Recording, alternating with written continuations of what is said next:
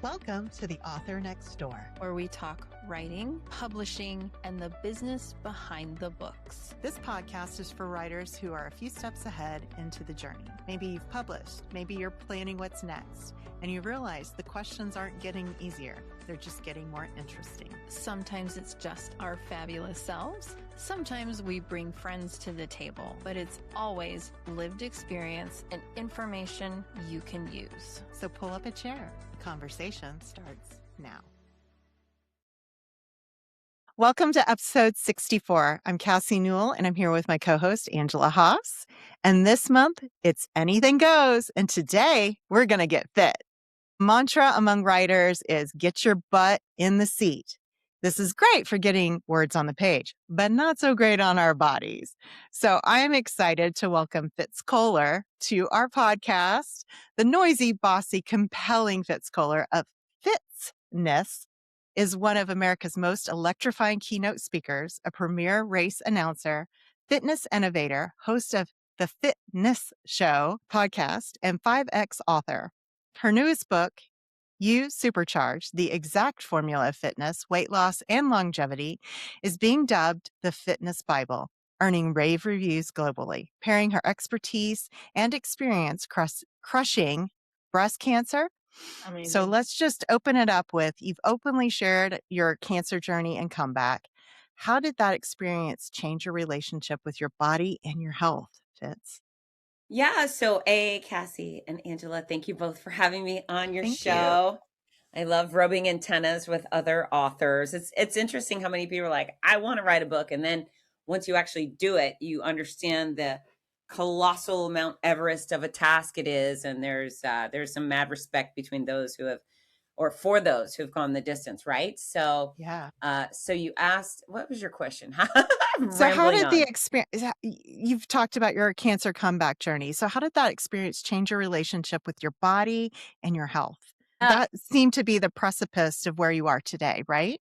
Yeah, so I started teaching fitness at 14, fell in love with it, and I've been committed to health, longevity, helping others live better and longer by making fitness understandable, attainable, and fun for my whole career. This is all I've ever done is TV, radio, books, magazines, whatever microphone, megaphone page I could get to get in other people's ears, into their minds, to help them do better and be better, I've done. And then, through my cancer treatment, and I had 15 months of chemotherapy, which is a really long time to do chemo, along with dozens of rounds of radiation and surgeries and so forth. And in the middle of that, at some point, I was at what I felt my worst, right? I had lost a ton of weight. My doctor had listed me as anorexic, which doesn't mean I was starving myself intentionally. It just meant my mother said, you look like you were in the Holocaust. You need to eat. I was there. I was gray. I was bald. I was weak and scrawny. And my doctor said, I'm so proud of you. You're doing so great. I said, what? What are you saying? Yeah. Like, I have been. You don't feel like you're thriving, right? No. And I had been obliterated. Literally every iota of my body had been affected in some sort of negative way. It was very, very hard. And I'll side this up by saying I kept working. I flew out of my hometown over 30 times during treatment to go do keynotes or to announce the races. I'm a race announcer for massive running events. But anyways, he goes, but you're doing so great. I was like, I'm not doing great. Why are you saying that? He goes, Fitz, I'm not saying you haven't suffered.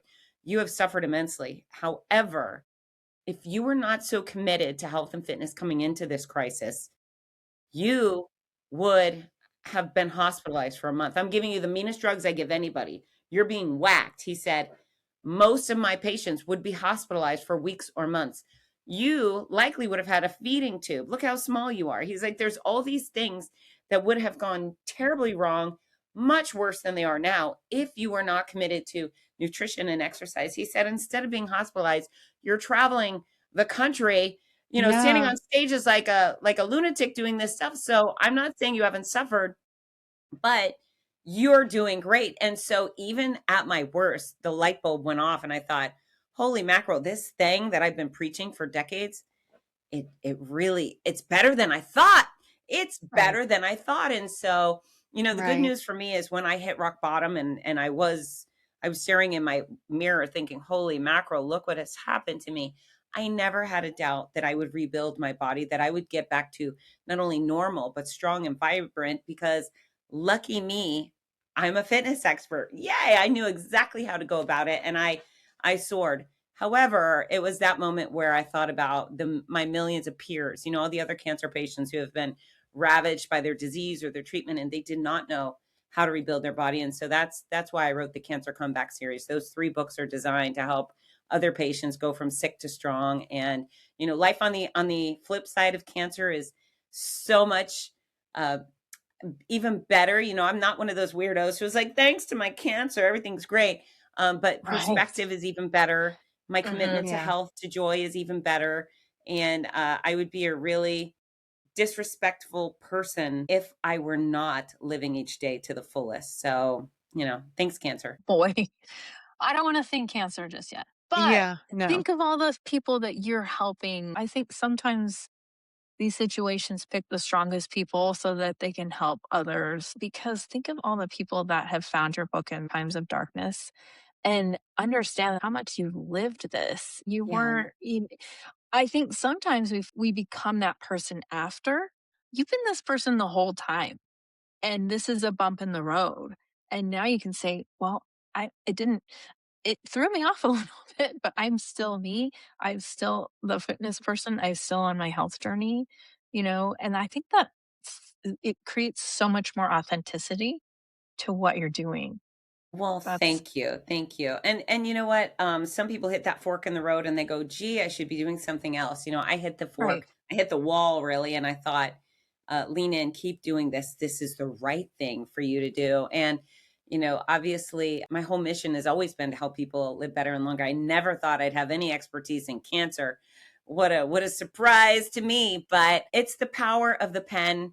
It's the power of this medium, books. People, you can make your effort on one book and it could go on to affect millions and millions and millions of people. And so that's the goal, right? In fact, I'm so grateful that so many cancer patients and survivors have read my books.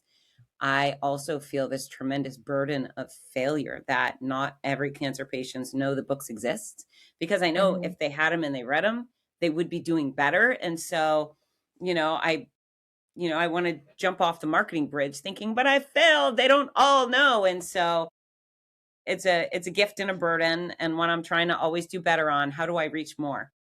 And you've got your podcast and Yeah. your other keynote events. Sometimes you feel like you're on this hamster wheel.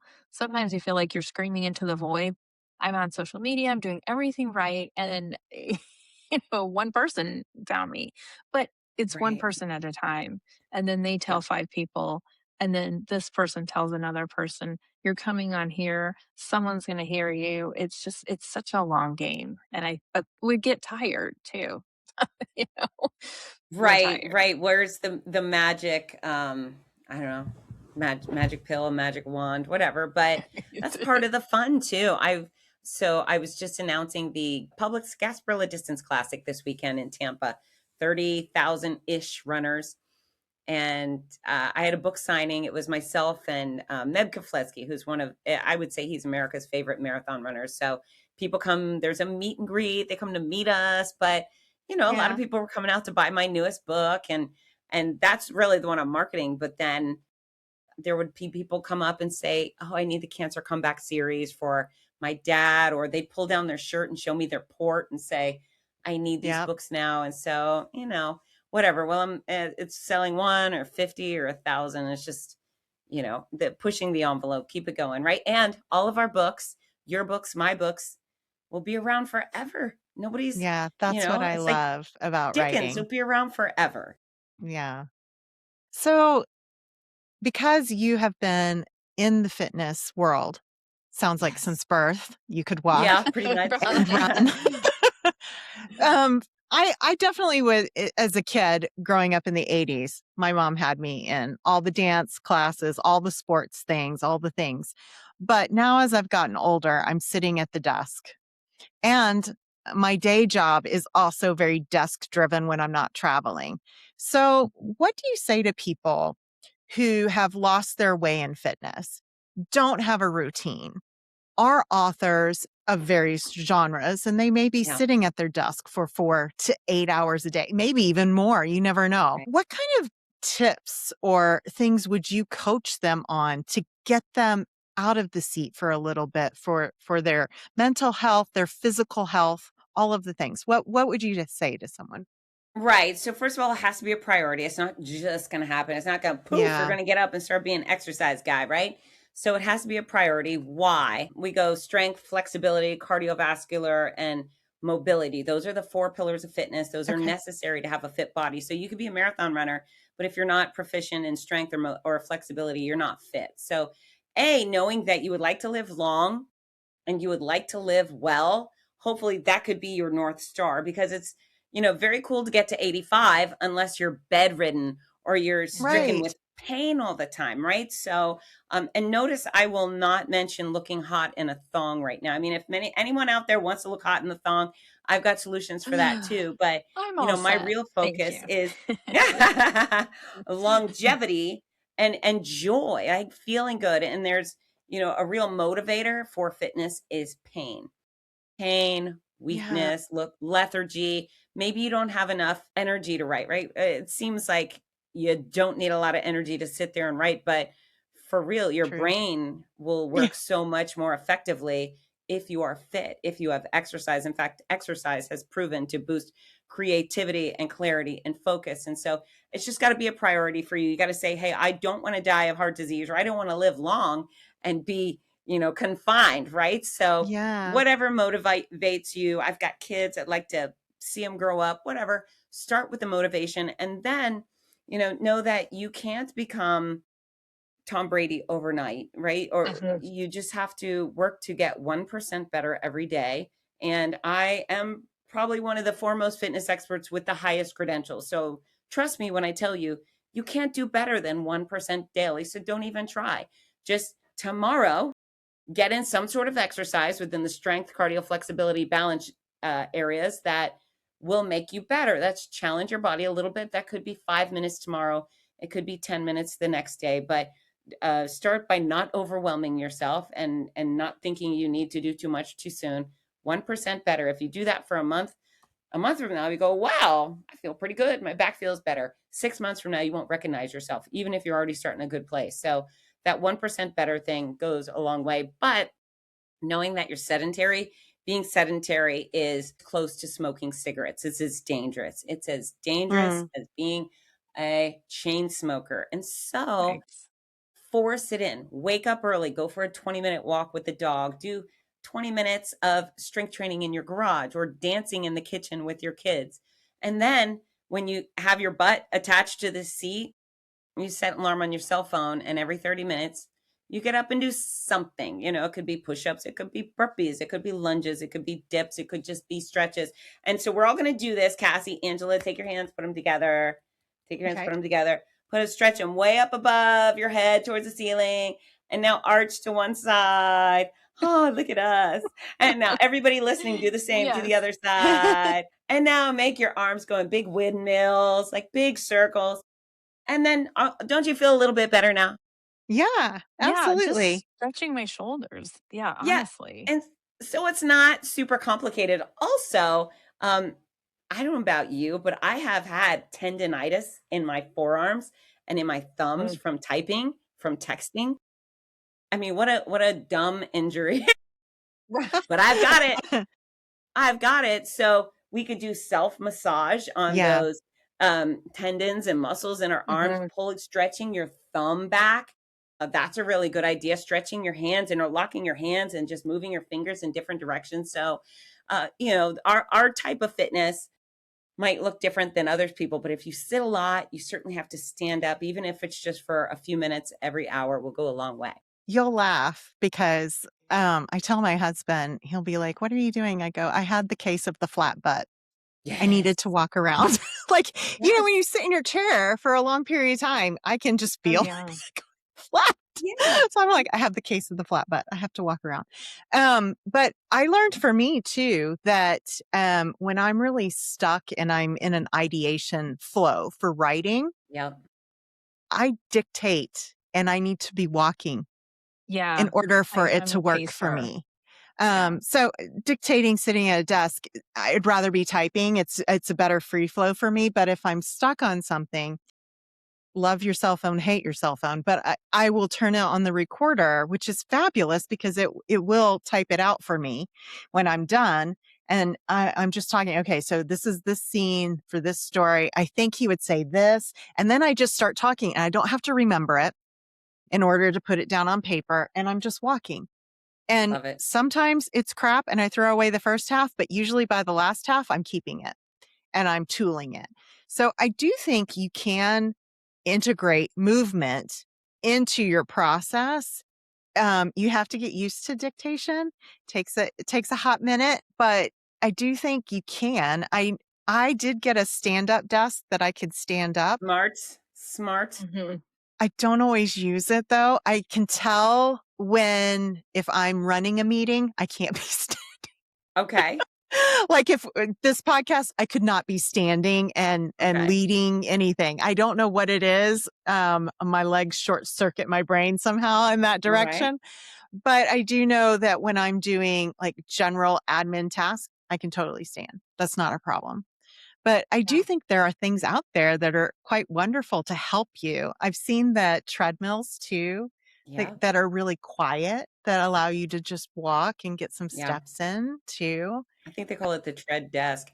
So in normal professionals, I actually, in my newest book, I have a whole chapter called like workday workouts or whatever, but stand up when you can. Fellow writers, fellow authors, stand up when you can for any reason, do it. I love to chat on the phone. I need to connect with people. I'm alone a lot. I'm sure our peers are alone a lot. So whether I'm calling my mom or my best friend or a coworker or something, I put in my earbuds. Almost everybody's got earbuds, and I do walk and talk meetings. Sometimes walk and talks are on the treadmill. I'm just chatting away on FaceTime people on the treadmill, or I just go for a walk around the block, get some fresh air. I mean, again, this is all for our body and our mind. Just sitting there hunched over, that's not good for our soul. It's not good for our profession either. We're not very creative when we're just sitting there alone in a dark space, bent forward. So get up, stretch out, twist side to side, move whenever possible. Yeah. Why do you think it's so hard to get back into the rhythm? Because for me, I was a sprinter in high school, a 3-time state champion sprinter. Wow. And then I went to distance when I couldn't compete. I was sprinting in college and tore all the ligaments in my right ankle. And so that ended that for a period of time. And then you lose that in college, you lose your window when you're injured like that. So then I moved to distance and I've done PF Chang rock and roll half marathons. I've done triathlons. I was an athlete like my whole life. And then COVID hits. And then I transitioned from where I was working in our businesses as retail. I was always on my feet as well. I was eating on my feet because I was on a sales floor. You never sat down. And even as college professor, you park once for the day. You don't move your car because there's no parking. So it's, traversing the campus, upstairs, downstairs, lecturing for 2 hours on my feet. My whole life has been on my feet. And now suddenly, like perimenopause hit me, and like overnight, I have 50 different chins and this. No, you don't. And I'm like, we're the worst what? judge of ourselves, aren't we? Happen? And I'm like, I know how to strength train. I've done yoga. I've done, Cassie and I were talking about Tai Chi. I've done all these fitness things, even doing your plank, like all that stuff. And I even took a catalog of what I was eating. And because I'm celiac, I can't eat a lot of things. And because I have to cut out everything, the thought of just eating kale for a snack is like, I would rather stick a fork in my eyeball. So I just want these potato chips, damn it, But that's my mindset, But now I'm like, it is so hard to get back to where I was. Okay. So you just told me your motivation. You want to feel better. And then you've told me all of your explanations / excuses. Yes. So I would refer you to chapter Why Your Excuses Are Lame.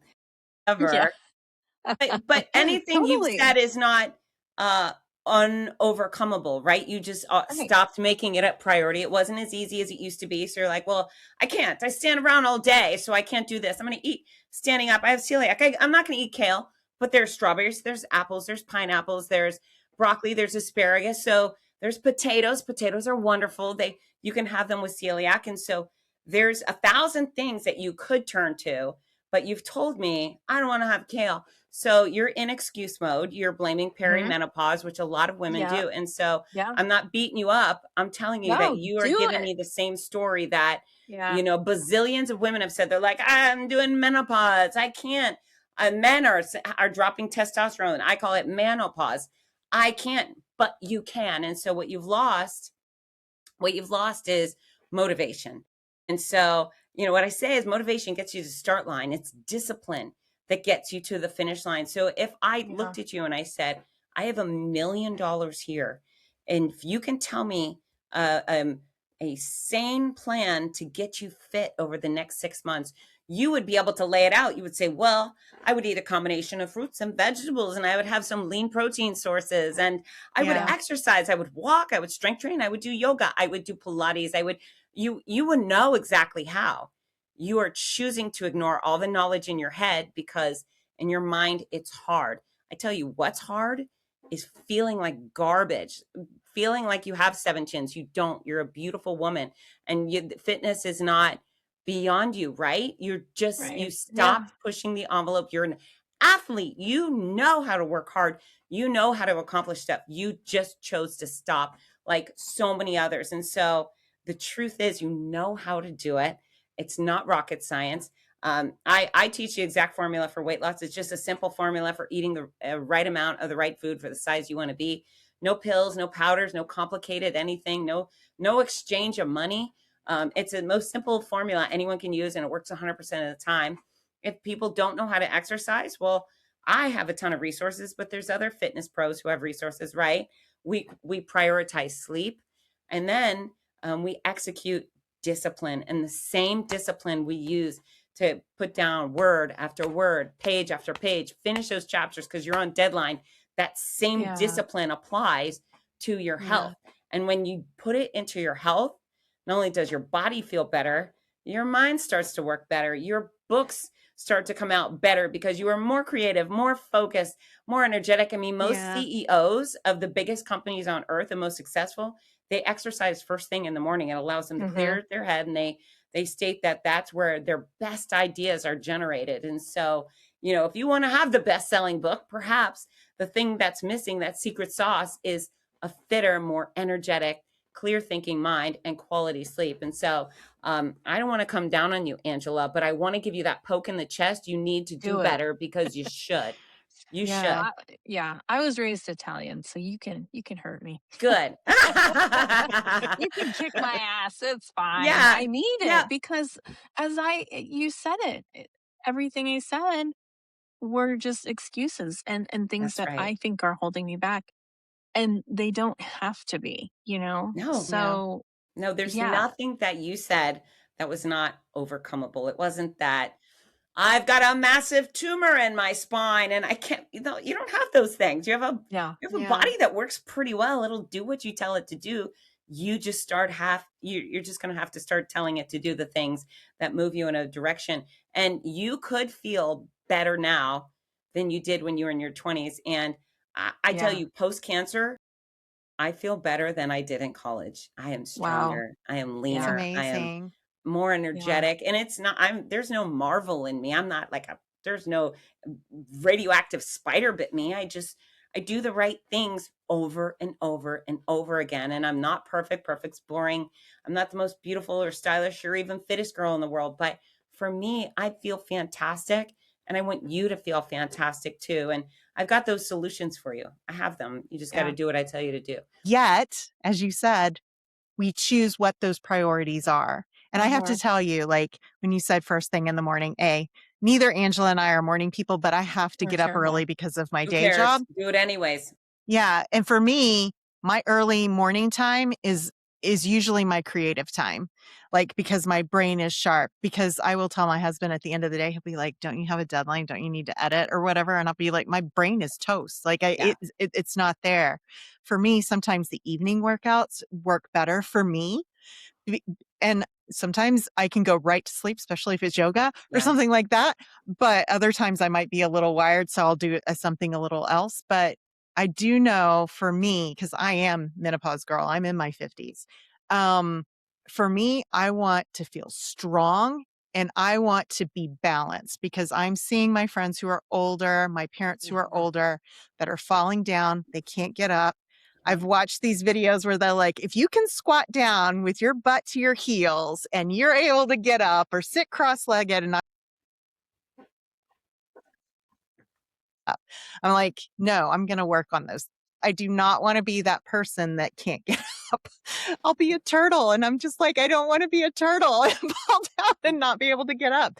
So for me, those things are really important. But I love that you talked about, tell me again, all four. So You all said, 4 pillars, it's strength. That's your ability to lift, press, push, pull against resistance, your total body, not just your abs and biceps. Cardiorespiratory fitness, that's your heart and your lungs. Pretty vital to quality of life, we yeah, can say. And in order to increase your cardiovascular capacity, it's huffing and puffing. That's what you have to do. For strength, it's that grunt. If you work so hard yeah, that you grunt, you'll know you're getting stronger. With cardio, it's the huff and puff.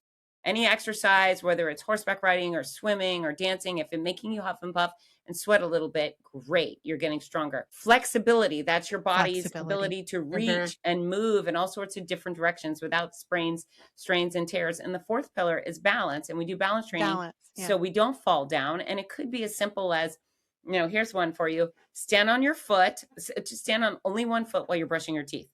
Every single time, morning and night, you're brushing your teeth, do that on one foot. Whenever you go to the grocery store or wherever store, when you're checking out, you do so on one foot. Trust me, no one in the store is looking at your feet. And if they are, who cares? But that's a simple way to improve your balance. And, I love you that. mentioned menopause, what happens after, all of our mothers were forbidden from strength training. Do not Yeah, strength Hmm. from man. It'll make you a bodybuilder, which is garbage. But we're now watching our mothers, our aunts fall and shatter like glass. And that's because yeah, strength training builds your bone density. It's not only great for your metabolism and your energy levels, but strength training builds bone density, that paired with impact exercise. If you pair strength training with balance training, you're so much less likely to fall in the first place. And if you do, you won't shatter because you were strength training. So I well, like or if you're like me, you get really excited and you go down the stairs and you trip on one. nice. So, Well, now you also Yikes. have That to was pay bad. attention, look where you're I going. But yeah, I know, Yeah. I was excited, my daughter was home and I was like, and so then you cute. just tumble, but, also just repairing yourself, like, when you Yeah. do get hurt, when you are in shape or have some health aspect, and you just talked about it with your cancer, you Yeah. you do recover faster too.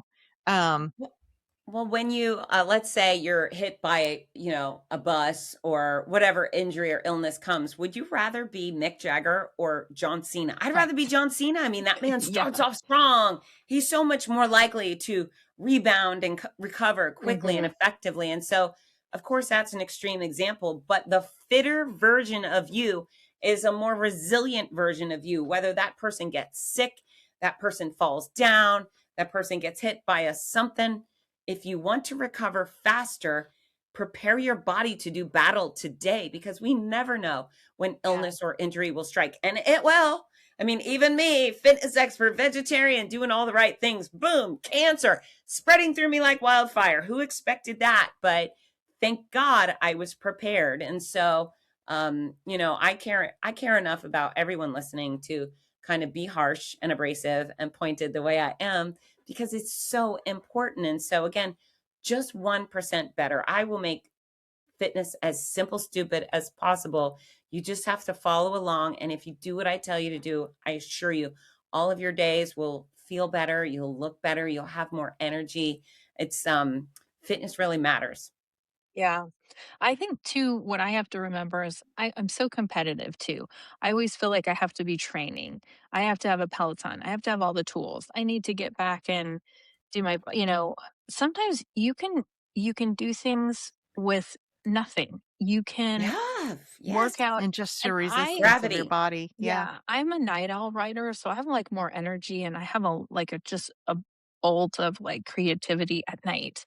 Yeah. And that's where I really come alive. But I'm like, you know what? As I'm sitting here brainstorming, if I'm listening to music, why can't I do some knee bends and Yeah. move for 5 minutes? I have to tell myself, like, it doesn't mean I have to start out of the gate and work out for an hour. Right. Because that was always like it's always like an hour and then you're doing intervals, and I had that ingrained. No, I can just do something. What can I do in 10 minutes to Yeah. Yes. just move? And I Yes. think as authors, we're always like just solving really complicated plot holes and mysteries doing these things. And sometimes like it's Occam's razor, right? It's the simplest solution is the best sometimes. So just Yeah. move, and I need to get that mindset going. Right. So I'm going to start by saying your competitive nature is a blessing and you should use that to become more fit. You should challenge yourself. You should put it out there that I am on a mission and I am going to go. I'm going to do a 5K. I'm going to do a triathlon. I'm going to take this Mhm. dance class and perform whatever it Yeah. is. That competitive nature should work for you. It should not hinder you. And so whoever you are, if you're listening, if you've got that too, fine. Prove it. Prove it. Prove you're actually competitive and go do better and be better We're physically. like Let's go. Let's do this. You think you're so big and bad? Prove it, right? So use that competitive nature. But yeah, I mean, we would not put ketchup in the gas tank of our car. Why? We're like, oh, the car is so important. Really, you could crash your car a million times and still get a new one. You only got one body. And so perfect is boring. What people should be looking towards is mostly whole foods. And so, again, there's the exact formula for it could be weight loss, it could be weight gain, depending on what size you want to be. You can target your caloric intake specifically to a weight and achieve that with the formula. But then, you take 80 to 90% of your caloric intake and you choose healthy foods for it. It's from the produce department. It's nuts and seeds and beans and lean protein sources. I'm a vegetarian, so I don't have chicken or fish. But if you aren't a vegetarian, chicken and fish and lean protein sources are a great choice. So you're going to have 80 to 90% of your caloric intake whole foods grown from the ground as minimally processed as possible. So processing, folks should know, if I chop a vegetable, that's processing it. Mhm. If I chop a vegetable, add oil, that's more processing. If I dip it in syrup and put it in a can, that's super processing, right? Yeah. And so there are levels of processing. So minimally processed food that kind of grown from nature, that's the gold Mhm. standard. And then with your 10 to 20%, you can kind of do what you want. So for me, I love chocolate, not just dark chocolate. I want milk chocolate. And if I don't Mhm. have milk chocolate every single day, I consider it a sad day. I have some Diet Coke in my life. Gasp! Oh my gosh, it's fine. It's Yeah. fine. I have a Diet Coke. It makes me happy. It's sweet. It keeps me energized. I don't drink coffee. I get a little caffeine from the decaf. And it's just, we pick our little fun choices. And as long as it fits within your caloric budget, maybe one night it's a glass of wine. Maybe one day you're having some Cheetos. Okay, fine. If it's a little portion of your overall consumption and the overall consumption looks really good, it's the kind of food that if Fitz Koehler arrived, you would say, here, look at my plates. I'm Yeah. so proud about this. Then you're going to be in pretty good shape. So Yeah. there's an entire world of foods that are legitimately healthy for you. Nutrition is really powerful. It will make your eyes focus better. It will make your skin healthier. It can help your digestive system move more effectively. If you've got the B vitamins, your nervous system will work more effectively. If you're lacking B vitamins, you might end up with a twitchy face. I mean, our nutrition is very important to the overall functionality of our body. And it would be the same thing of you using the computer without its memory or without the letter S in your keyboard. You ditch that S, you're screwed. You're crude. You're not even screwed. You're just crude, right? So all of these little ingredients are necessary. And Yeah. yeah, you don't have to be perfect. Oh, also, I'm going to add diets are dumb. I don't even think there's such a thing as a healthy diet. I hate the word diet used in a healthy way. It's not. Diets are temporary measures that lead to temporary results because of the amount of suffering involved. Keto, garbage. Intermittent fasting, garbage. Fruit, garbage. You do not need a diet. You do not need cheat days. What you need to learn is how to eat the right amount of the right food for the size you want to be. You do not purchase products with the word diet on it. You don't need any of that. You need to be the same way you would feed your kindergartner to have a healthy body and mind is the same way you need to feed yourself. Don't fall for the scams. I've turned down millions of dollars in endorsement deals because I would never lie to you. So don't fall for it. Choose real, healthy, whole foods, and you will get where you want to go. I love that. Wow. All right. So I have to Rant ask, over. how did you get to the point where you were like, what was the process when you were like, let me write a book about this? Yeah. What was that journey like? Since we're authors here, I'm very Yes. curious what your journey was to get for all the things that you've gone through that you were like, it's now time to sit down and share this story. Like what Okay. happened? So, I mean, there's 5 books, but I'll talk about the most recent book. The most recent Okay. one is called You Supercharged, the exact formula for fitness, weight loss, and longevity. That's a book I've been wanting to write my whole life, or at least since I started teaching fitness. It was like, how do I put sane, science-based information that is easily absorbable, kind of fun, kind of funny, to help people know the things they needed to know to live and live better and longer, right? So that's the book Right. I've been wanting to do forever. I had kind of plotted it out, and then I got cancer, and so I wrote the memoir, My Noisy Cancer Comeback, first, and then all of a sudden I was like, well, I got to help people go from sick to strong. So I wrote those, and then finally I was like, okay, I have to do this one. So this was your dream project from the get-go. This is it. Yeah. This book is so important. This is my masterpiece. This is the one where I was so hopeful I wouldn't die before I finished it. That was actually in the back of my mind.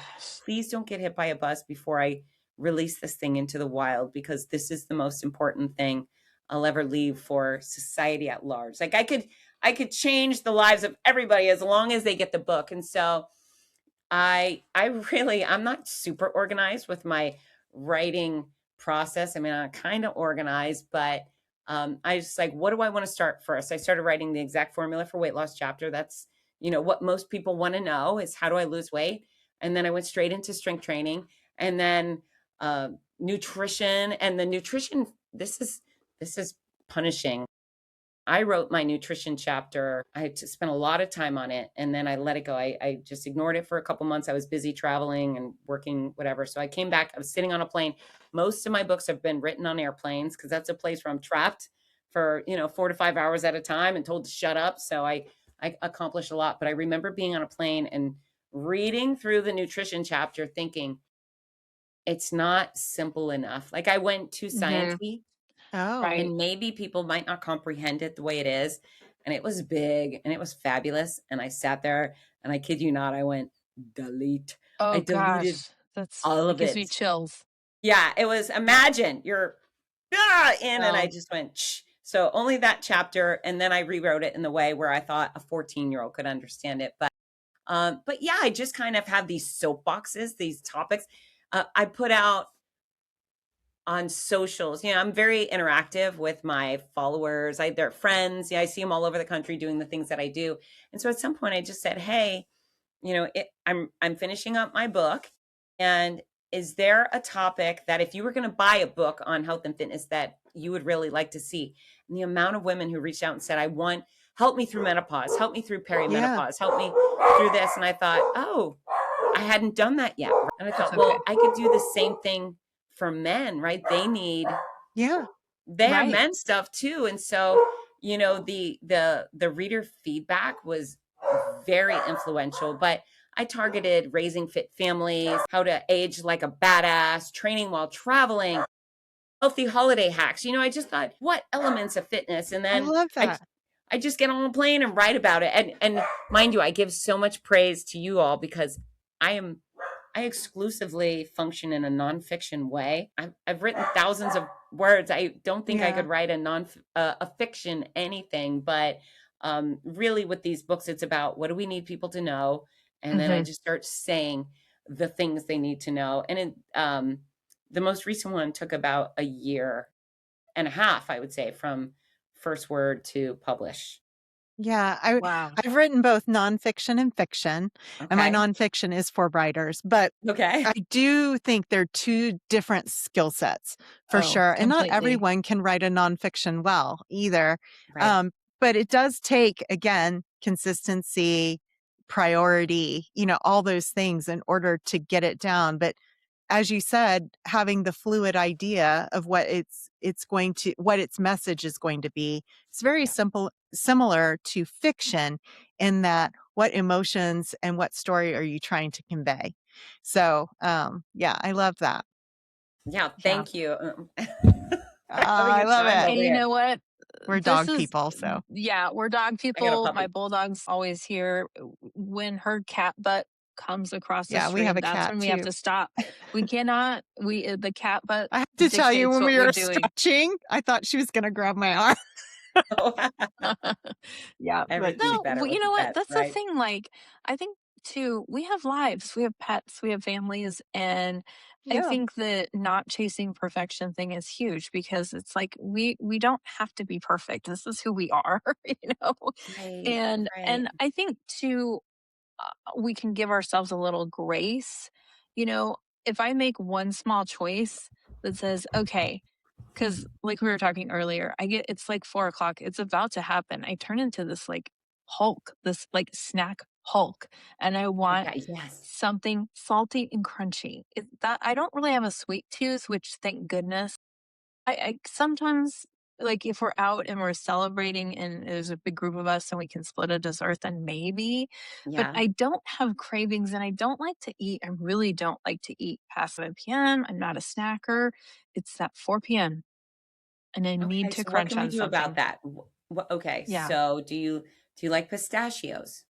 I love pistachios. Okay, so let's talk about having some pistachios salted in the shell. And what the shell does, it prevents you from taking 20 pistachios and tossing And them into stuffing your them in my face face. and gobbling Yeah. up 100 Okay. calories in 1 second, right? So you're going to do the peel, eat, throw in the garbage, come back, peel another one, right? So that's a wonderful, highly nutritious. It's got great protein, it's got healthy fats, it's got that salty satisfaction thing.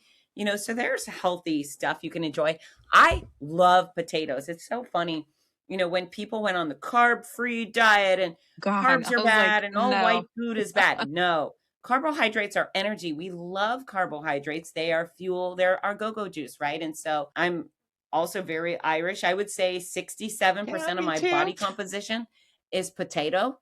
And so and I eat them in all varieties. I do not discriminate, but I will take up I will take a potato, a white potato, and I will chop it, slice it thin, put it on a pan in the oven and salt it, and now I have little crispy potato chips. It's not I'm or I could buy a bag of baked Lay's. I mean, again, it's not poison. Is it perfect? No, but get some baked potato chips. Just get Yeah. a single serving bag so you're not That's enticed what's to eat helped. 4 bags. I like the newer popcorns that have like the coconut oil as Sure. like some Yeah. flavoring and stuff like that. And that in that single serving or pouring it in a bowl. And I Yeah, love olives. I will eat olives forever. I'm an olive, like you basically. were okay, got it. But I try to keep little snack packs of just olives, like green olives, and sometimes the ones with the pit. So again, like I can't just like stuff my face, but that has helped. And I think we are so tough on ourselves. And if I can make like one positive choice a day, then Yeah. I should be like, okay, you did something today. You know, you moved today or something. It's like maybe a reward system, like I'm 12, is something that can help me. You know, just saying, okay, you moved. Here's a log of you stretched, you did some jumping jacks, anything, Yeah. and see the positives. So rewarding, feeling proud, feeling accomplished, and maybe having a massage or whatever. Yes, it's also important to have guardrails, and so that's what the exact formula is. And I'm going to share it real quickly because it's so mind blowingly simple. And so when I was in college and I was overweight, I was trying to figure out how to lose weight. I didn't know it yet. And I had been teaching fitness for so long. I had all the certifications. I was getting my master's in exercise sports sciences. And I just kind of felt like I hit a wall in fitness. Like I couldn't learn anymore. There just wasn't any more information for me. And so I started reading cardiac journals and physical therapy journals, and like a real nerd, just picking up whatever I could to try to be smarter. And in one of the journals, what I read is, on average, humans burn approximately 10 calories per pound of body weight per day. And so I read that, and then I just kind of paused, and I went back and I read it again, and I thought, it could not be that simple. And yeah, it's really that simple. And so what they're saying, and I'll use round numbers, if you weigh 200 pounds and you're staying there, we know you're consuming about 2,000 calories per day, because it takes 2,000 calories to sustain a 200-pound person. So if you're 200 pounds and you want to remain that way, you have to eat at least 2,000 calories. If you eat less, you will shrink, you will lose weight. And so you can actually take that formula, you take your goal weight. Let's say you want to weigh 150. You put a 0 on the end of that number. That's 1,500 calories. That's exactly how many calories it takes to sustain a 150-pound person. And so that's where it is, folks. If you want to weigh 172, your caloric budget for the day, for each day, is 1,720. If you want to weigh 130, you weigh, or you consume 1,300 calories. You hear so many people saying 1,200 calories a day. Okay, if you want to weigh 120, I consume 1,200 calories a day. A grown man, or even a larger woman, would be furious and cranky and have a headache at 1,200 calories. So you have to find the caloric budget that works for you. And those are your guardrails. And so when you know that, all of a sudden you start saying, okay, this is what I have to work with. I am going to spread these calories, this food, out wisely throughout my day. If it's, let's say, 1,700 calories, fine. You've got 400 calories for breakfast. You've got 100 calories snack, 400 calories for lunch. You got a 200 calorie snack. You've got a few hundred calories at dinner. And so you start operating thoughtfully. And what you'll find is, if you're having nutritious foods, those whole foods I discussed, you're going to get so much more of that than you would the highly processed fattening foods. So, we take our vegetables, our fruits, we eat it raw, we steam it, we grill it, we air fry it, we season it. We try not to add too much added fats like oil and butter. We grill our meats without adding too much fats. You can eat a whole bunch. I have helped so many people lose, I'd say millions of people lose bazillions of pounds, but the reigning thread that runs through them all is people say, I'm never hungry. I never feel like I'm suffering, because I haven't said you can't eat meat. I haven't said you can't have sugar or you can't have potatoes. I just say, be wise. And I'm a cheese girl. Balance. You're a potato. She's an olive. I'm a cheese. Eat cheese. Balance. Cheese is great. Balance. Yeah. So, when you take the insanity, when you take the restrictions and the suffering, I say, hey, listen, you weigh 200, you want to weigh 1,800 or 180. Let's go to 1,800. Eventually, your body will shrink down. And it does. I have an executive client who, she started 2 weeks ago. She wants to go from 179 to 130. And so I gave her formula, and I actually said, let's start halfway, go to 1,500 calories.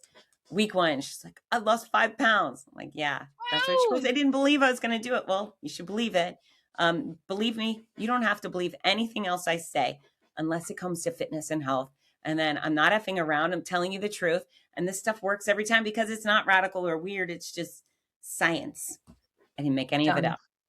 Yeah. All right, Cassie, we're on this journey.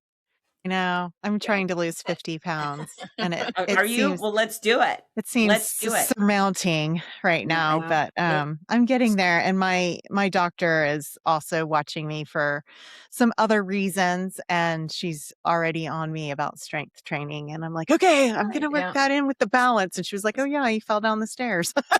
So here we go. So you tell your doctor you met this noisy, bossy fitness pro, and she was outrageously reasonable and gave you some good advice. I assure you, if you do what I tell you to do, you will get where you want to go. You will feel as good as you ever have. It's pretty awesome stuff. Well, and I feel like, as authors too, like, I want to feel confident at book cons and being at places, and I want to be able to go, I can stand for 12 hours and talk to people. Yeah. And right now I don't feel confident. And I'm like, girl, you got some stuff coming up in May and June. Let's get Well, on it. So, here's the yeah. thing. You are both beautiful women and you are Thank you. bright and Thank you you. are obviously very disciplined and hardworking. And I'm sure your listeners are as well. It's just, maybe you haven't known better. I always say when you know better, you do better. Yeah. But hopefully I've simplified things. The book is Yeah. full of it, but you can make change. None of this is out of your hands. You can look, feel, and perform better. Yeah. And yeah, you could show up at that conference as this even better version of yourself. And that's what it's all about, because who cares what anybody else thinks? It's about what you think Yeah, I about just you. want to feel, I don't even really love looking at the number. My doctor looks at the number. I'm like, I just want to feel strong. I'm at that stage in my life where it'd be great if my clothes laid a little nicer or what have you. But for me, I want to be strong. So what are you doing to be strong? I'm working on that. But right now it's just self-body resistance. Great. I haven't moved to weights yet because that's where fine. I'm at. Okay. Yeah. Gravity is a wonderful strength training tool. But know that when you do it, you should be working hard. Sometimes people are like, I just want to tone. There's no such thing as toning. Either you're getting stronger or you're not, but getting stronger. And I love doing, I have to admit, I don't love cardio. I don't love feeling out of breath and I can't breathe. And I tend to push myself too hard. But what I do love is I love strength training where it's isometrics and you're holding and contracting. I love that about Tai Chi. I love the movement of it. It's very creative. It's my little creative brain. And when I really know the moves, because I used to go to a gym in Florida when I lived in Riverview, but where you would get so used to the movements, right? And it's like a dance. And you would just be so in it. And I always felt so great afterwards. So I love When's that the last kind time of you stuff. did Tai Chi? Huh? When's the last time you did Tai Chi? Well, I'm doing it today after this call. Okay, good. I have a 12-minute session to do. Good. So I'm excited about it. But that's also why I like yoga too. Because a lot of my husband, it was so funny when we first met. He was like, yoga's just stretching. I'm like, it's stretching and holding. Like, no. Hard. Have you heard of hot yoga? You come out dripping. And you don't always feel like you're doing a ton of things, but when you're in it and then you leave it, you feel it. For sure. I like those kind of workouts and dancing. Like if you told me to run, it wouldn't get done. Yeah. Well, here's the deal. So many people will tell me, I can't be fit because I hate to run. I don't care. Never run. Unless a bear's chasing you, don't run. Fine. Cycle, swim, dance, whatever. I take ballroom dance classes once a week a couple years ago. I want to do that too. I got to talk my husband into doing it though. Yeah. I was invited to the do a Dancing with the Stars competition in my community, a fundraiser. And so I did the jive and that was a blast. And then I kept going with my instructor. So that's my grown-up gift to myself. I love that. Dance once a week and a guitar lesson once a week. And I'm very mediocre at guitar, but fitness should be fun. I would say if you're one of those people who's like, I hate all fitness, I hate all exercise. Okay, we'll do it anyways. I don't care if you like it, do it anyways. Right. But if you do really enjoy something, that's why pickleball is so popular. My husband is having a fun time. Yeah. And so he wants to go exercise. He's not even thinking, I want to exercise. He just wants to go just loves have fun. And so build joy into your fitness routine. And if you're someone who says like, I can't find to just do it anyways. But Tai Chi, yoga, dance, whatever floats your boat, do that. Do you remember Gilad? Does anyone know Gilad? Of course. I grew up on brown, Gilad. That curly was when hair. that was when I was in best shape, always in Hawaii. So you feel like you're escaping a little bit. But I restarted those because I would do that every day, sometimes too. And I was in really good shape because he did it all. But I'm like, I'm going to fire up my Galads again because I just love easy movements. They do cardio, they do a little strength, and they do some stretching, and then you're done and you're on your way. And it's very easy. But those were so fun. And like the 80s leotards forever. So I used to host a TV show called Cardio Jam that was based off of that show and ESPN Fitness Pros. Oh my God. I mean, the leotard situation was so bad. I'm in that place where you did that.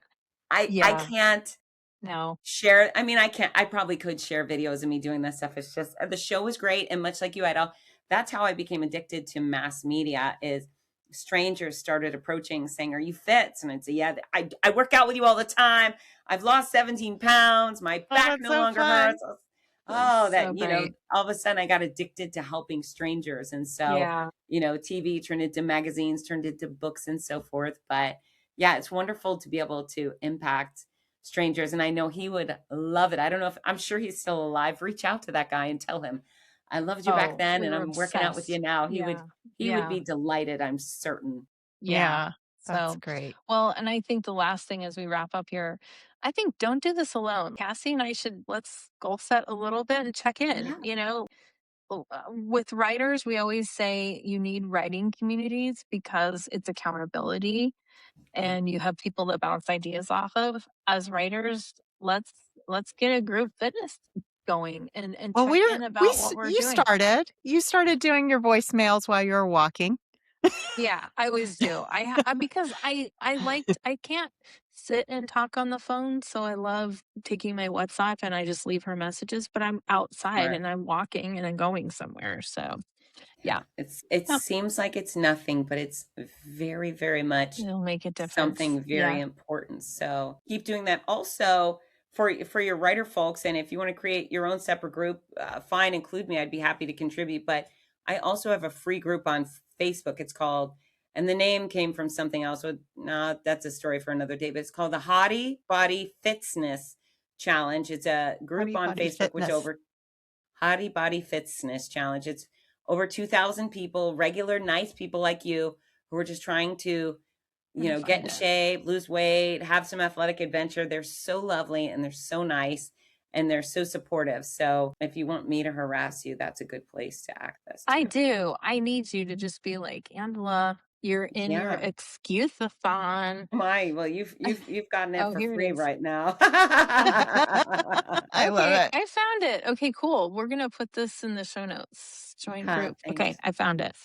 Yeah. All All right. right. So we can find you at fitzness.com and the Hottie Body Fitzness Challenge. So And Yeah. your we're ready. podcast too. Yeah. That's right. And I have the Fitzness Show podcast, and then I'm Fitzness on Instagram and YouTube and Facebook. And here's the deal: if folks follow, I promise quality content in return. But I would much rather have friends than followers. So Yeah. please, if you well, you've follow, got say, us. We're gonna "I check in heard you with on the you. Author Next Door podcast." That's right. I'm looking for new besties. So especially Okay. author besties. That's really kind of fun, Yeah. right? No, It we're is here. fun. Yep.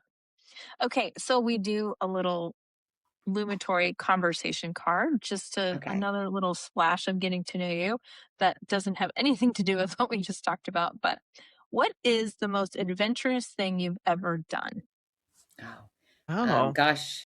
So I could say run the Boston Marathon, but I don't think that qualifies. And I could say I was a kickboxer, competitive kickboxer for many Oh my years. gosh, that's pretty Yeah. adventurous. Yeah, that's pretty. But about a year and a half ago, I swam with the whale sharks at the Georgia Aquarium. Oh, That's fun. amazing. And that frickin' floated my boat so hard. They were monsters. One of them passed away last year, which is super sad. I That's didn't do devastating. anything to They're cause that, such but beautiful. No, they're uh, beautiful things. Yeah. it was wonderful, and they have giant manta rays, and that Wow. was really exciting for me. That's the most adventurous thing recently that has just filled me up with joy. I would do it again. Awesome. That's so great. Yeah. Cassie. I'm sitting here going, oh, what are the most adventurous things? So, um, interestingly enough, I swam with sharks, and Cool. sharks I super knowledgeable about, and also my one of my biggest fears. So it was a huge thing for me. So that was fabulous. I went scuba diving with my husband. He is all certified in that. So it was like my first Nice. experience, but I loved it. I've gone parasailing, but I think the biggest adventure that we've had is that we moved our family to Germany for 2 years, me and my Wow. husband, and at the time, my daughters were 5 and 10. So it was quite the adventure. We were there for 2 years, got to explore Europe and do specific bucket list things, but they went to school in Germany. They've got this culture thing aspect, and it was just a different way of living, and we loved it, and we still talk about it to this day, and we definitely will be going back. So I traveled all over. So it was great to share those experiences to go, hey, this is what I did in Germany. And now my whole family's there and the things that they Wow. got to see and do. So that was probably the biggest adventure thing that we've done. That's cool. Yeah. Yeah, I've done something where like you go to the Cayman Islands and they feed the stingrays and you get kissed by them. So I do have a picture, I'll also put it up of me smooching a stingray, and it was so funny. Like my stepsons didn't want to do it. Like they eventually got in the water, but my husband was like, no, I'm not doing that. And I was like, yeah, I'm gonna get in because I just love animals. But I guess I forget like the life I had when I was a teenager and in college. I mean, I'm a Colorado native and I am so bougie now. I'm such a princess, but I used to backcountry camp and hike and like Yeah. pitch a little nothing canvas tent and build a fire. I took orienteering so that I could survive and understand directions with or without a compass and relief maps. So gosh, I am such a skinny princess girl now, but I can survive. I could build a Mhm. fire if I had to. So that's part of my adventureness. But yeah, I love that. anyway. I feel like we Thank could you. all go on some sort of like Yeah. animal kissing adventure together. I any kissing animals, I'm here for it. Totally. I Mhm. love it. Absolutely. Right. Yeah. Not me and a great white, though. All right. Oh, All right. Well, thank you so much, Fitz, for joining us today. We really appreciate it. I'm going to wrap up and say don't forget to give us a review wherever you are watching our podcast, wherever you listen to it or watch it. It really helps us with visibility. And if you're interested in catching the exclusive The Author Next Door After Dark this month, we're talking emotional wounds and how it drives attachment style, conflict reactions, third act choices, and vulnerability levels. You don't want to miss this one. Sign up via our newsletter for access. And until then, keep writing, keep doing. Thanks so We'll see much. ya. bye. Bye. We're so glad you joined us for this episode of The Author Next Door. Writing is a long game, and it's one best played with community, curiosity, and a little grace for yourself along the way. Keep showing up, keep learning, and keep telling stories only you can tell. We'll see you next week, right here next door.